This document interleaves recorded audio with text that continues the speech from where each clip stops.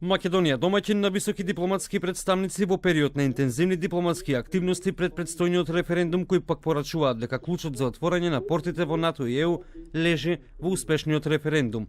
Пораката дека клучот лежи во рацете на граѓаните дека треба да излезат да гласаат на претстојниот референдум ја повтори американскиот сенатор Рон Џонсон.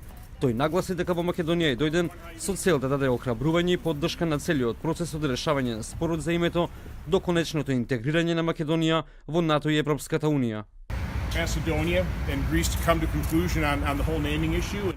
Мошна е важно за Македонија и за Грција да имаат решен спор за името.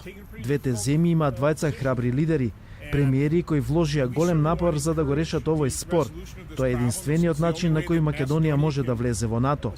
Иднината на Македонија е во одлуката на секој граѓанин. Евроатлантските партнери само покажуваат огромна волја да се надмине долгогодишниот проблем кој го отежнува процесот на земјата, смета аналитичарот Алберт Муслију.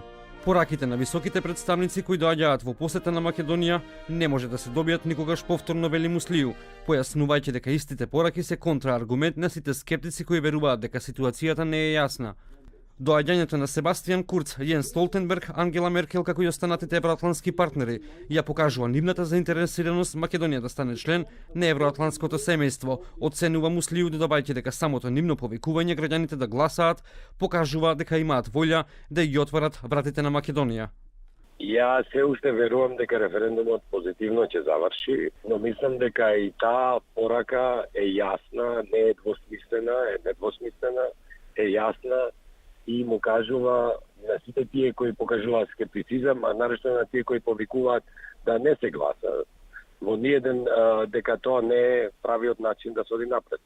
Ја во ниеден став на нашите евроатлантски партнери не сум видел сугестија кој како да гласа, но тие повикуваат на демократското право да се гласа и со тоа да се одлучи, да ние сами одлучиме судбината на нашата држава.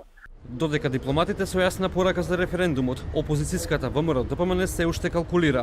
Ставот на опозицијата за референдумот ќе се знае наредната недела, изјави вчера лидерот на опозицијската ВМРО ДПМН Христијан Мицкоски, кој по средбата со канцеларката Меркел не сакаше да коментира која била пораката што му ја пренела канцеларката Меркел, појаснувајќи дека не е пристојно да го пренесува она што е лично кажано.